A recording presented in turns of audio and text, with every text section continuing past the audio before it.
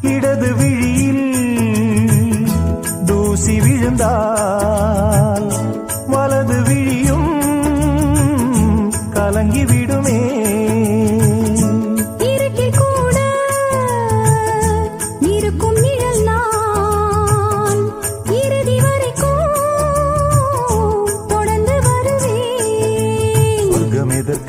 என் பொன்னுலகம் பெண்ணுருவில் பக்கம் இருக்கு கண்ணேவா.